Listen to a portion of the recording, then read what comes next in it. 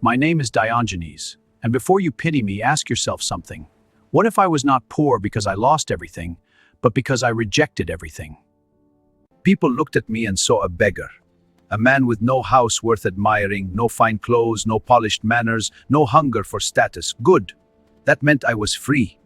I watched people build their lives around gold, furniture, servants, approval, reputation. And I thought, how fragile they are. One fire, one theft, one political shift, one betrayal, and everything they call a life disappears. So I chose a different path. I stripped life down until almost nothing remained. No luxury, no vanity, no pretending. I made poverty into a weapon, not because it was comfortable, but because it exposed a truth most people cannot bear. The more you need, the easier you are to control. I was poor in the eyes of society because I refused society's game. I did not chase wealth. I mocked it. I did not envy kings. I laughed at them. You call me one of history's poorest men, maybe. But tell me, who is poorer, the man who owns nothing and fears nothing, or the man who owns everything and trembles every night that he may lose it? If you think my life was strange, wait until you meet the men who never chose poverty at all. I am Miguel de Cervantes. You may know me as the man who wrote Don Quixote. But here is the joke history played on me. I created one of the greatest novels ever written, and still spent much of my life wrestling with money, instability, and misfortune. I was not born into comfort. My family already knew financial strain, and life did not grow kinder as I aged. I became a soldier. I was wounded. I endured hardship that would have broken many men before they ever touched greatness. And when I returned to ordinary life, did glory welcome me? No. Debt did. Uncertainty did. The constant humiliation of trying to survive did. People imagine writers as if genius pays rent. It does not. Not always. Sometimes the world claps too late. I wrote, struggled, worked, hoped, and kept moving through a life that never seemed to settle. Even after creating the very work that would make my name immortal, I did not become the rich master people now imagine. A masterpiece does not always rescue its creator. Sometimes it simply outlives him. So why was I poor? Because talent is not the same as security. Because bad luck can hunt a man for years. Because the world often takes brilliance first and rewards it later. You think that is cruel? Then wait until you hear from a man who turned darkness itself into literature while living in misery. My name is Edgar Allan Poe. People say I wrote horror, mystery, madness, death. But do you know why those things felt so real in my hands? Because misery is a very patient teacher. My life was never built on security. Money came and went like a weak candle in cold wind. Even when my words spread, even when my name became known, I was never truly protected from poverty. Fame is loud. Bills are louder. I lived through loss, uncertainty, instability, grief. Beneath it all was the same quiet terror, survival. How do you create beauty when life keeps cornering you? How do you write immortality while your own days feel fragile? I understood fear not only as an idea, but as an atmosphere. The fear of losing work, the fear of losing the little that remains. That is why my stories breathe the way they do. Not because I imagined darkness from a safe distance, but because I sat beside it.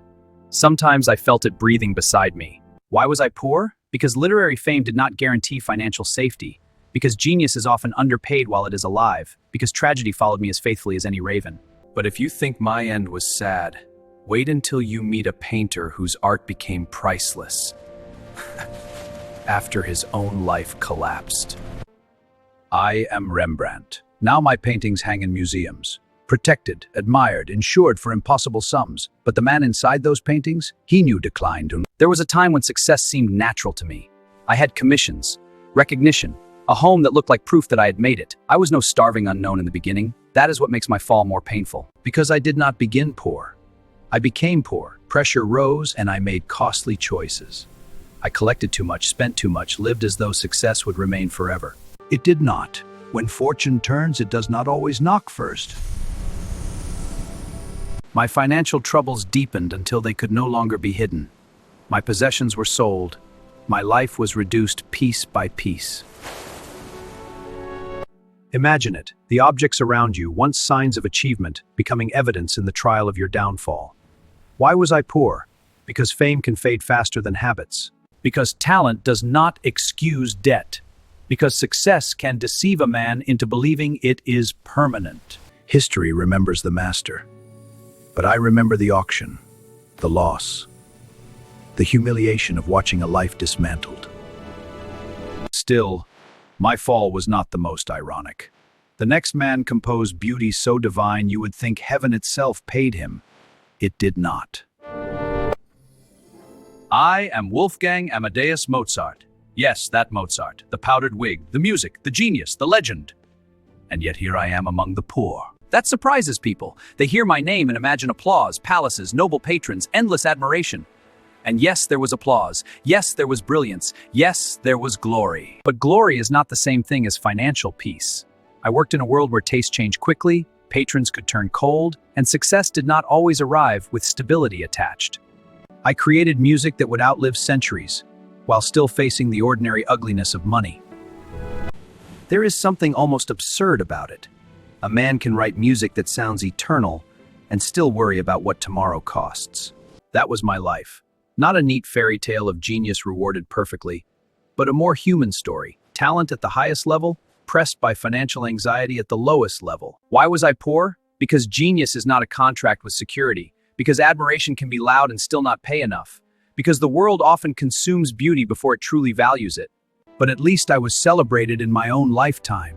The next man dazzled entire societies and still ended in disgrace, loneliness, and poverty.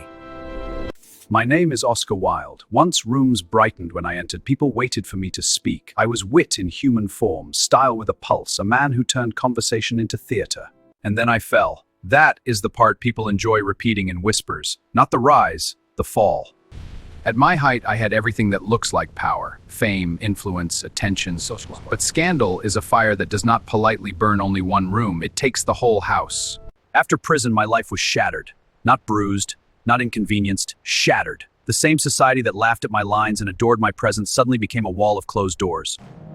My reputation collapsed. My finances collapsed. My place in the world collapsed. And I drifted into a far smaller, sadder existence than anyone would have imagined during my brightest years. Why was I poor? Because public disgrace can destroy not just image, but livelihood. Because once society chooses to cast someone out, it rarely leaves him enough dignity to fall gently. Because a man can be adored one year and abandoned the next. I was still myself, still sharp, still thinking, still seeing, but the world had decided I was finished. And if that feels brutal, prepare yourself for a man who helped build the modern future, then died with almost none of its rewards robbed. I am Nikola Tesla. Look around you. Power, light, systems, motion. The modern world hums with ideas men like me helped bring into existence. And yet I did not die as a wealthy emperor of invention. I died as something closer to a warning. I was not built for ordinary ambition. I chased visions that were too large, too early, too expensive for the patience of investors. I believed the future could be transformed by imagination and engineering. I also believed, perhaps too often, that the world would eventually catch up. Sometimes it did, sometimes it did not. Projects stalled, funding vanished, dreams expanded while resources shrank. A tower meant for the future could not survive the arithmetic of debt, and that is how genius suffers in the real world, not always through failure of mind, but through failure of money, timing, and support. Why was I poor? Because invention and wealth are not twins. Because the man who imagines the future is not always the man who profits from it. Because society loves breakthrough after someone else has survived the cost of reaching it. In my later years, I lived more like a fading visionary than a crowned conqueror of science. People admired the legend while the man himself grew lonelier. But I was not the only great mind trapped by money. The next man wrote ideas that struggling to secure his own home. I am Karl Marx. History remembers arguments about me before it remembers the man. Revolutionary, philosopher, dangerous thinker. Architect of ideas that shook governments and divided the modern world. But before I became a symbol, I was a husband, a father, and a man who knew financial strain intimately. That is one of history's great ironies.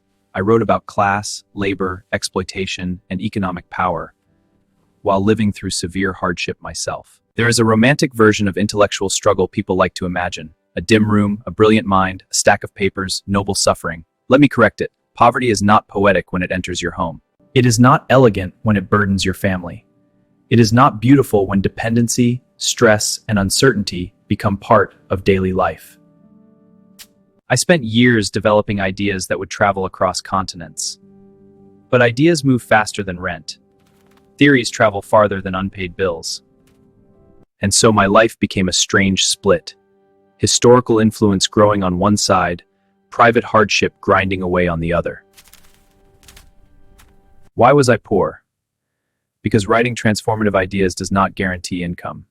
Because intellectual labor can shape history while leaving the thinker materially exposed.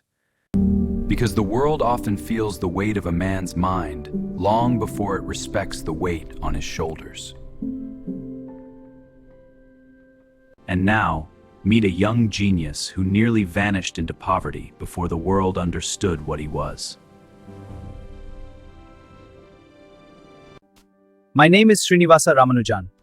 I was not born into privilege. I was born into limitation. A poor household, few resources, a life where opportunity was not waiting at the door.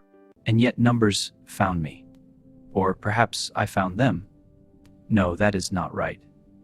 We collided.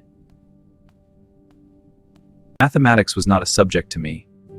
It was an obsession. A language so powerful that everything else sometimes faded behind it. That may sound beautiful. It was also dangerous, because the world rewards balance long before it rewards brilliance. And I had brilliance without balance. I could fill notebooks with astonishing insights. But ordinary life still demanded ordinary success. Formal education did not bend itself around my gift. So I drifted through hardship, carrying something extraordinary inside circumstances that looked painfully small from the outside. So I drifted through hardship, carrying something extraordinary inside circumstances that looked painfully small from the outside. That is what poverty does to genius. It does not always destroy it, but it can delay it, isolate it, stave it of structure, starve it of recognition. Why was I poor? Because talent is commoner than opportunity. Because the world is full of gifted minds born in the wrong place. At the wrong time, with too little support. Because genius alone cannot open every locked door. I was lucky enough to be seen before disappearing completely. But the final man on this list became famous too late, when poverty had already done its work. I am H.P. Lovecraft. You know my monsters? You know the feeling that the universe is vast, cold, and deeply uninterested in human comfort? Do you know where that atmosphere came from? From a life that understood limitation. Poor health narrowed my path. Ordinary success never seemed built for me. I spent much of my life in seclusion, in fragile conditions. Financial weakness made existence feel smaller than imagination. And imagination, unfortunately, does not pay by itself. So I wrote, I revised, I ghost wrote, I survived in pieces. That is the part people forget when they discuss influence. Influence can arrive long after youthfulness. Long after comfort, long after the creator has already lived the hard version of the story. Why was I poor?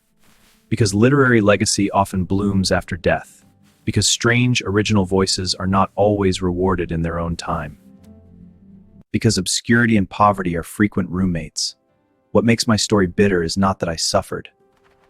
It is that the world later built so much on what I made.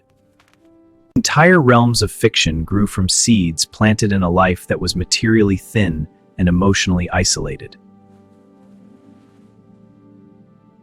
So yes, I terrified millions. But my own life was haunted too. Not only by cosmic horror, but by the ordinary horror of being overlooked while alive. So there they are. Not just poor people from history, but brilliant, broken, defiant, humiliated, obsessed, underestimated people. Some chose poverty. Some were dragged into it. Some lost fortunes. Some never had a chance to build one. Some changed literature, some changed science, some changed politics, and still, money either escaped them or arrived far too late. That may be the darkest truth in this video. History does not always reward the people who shape it. Sometimes it uses them first. Sometimes it uses them first.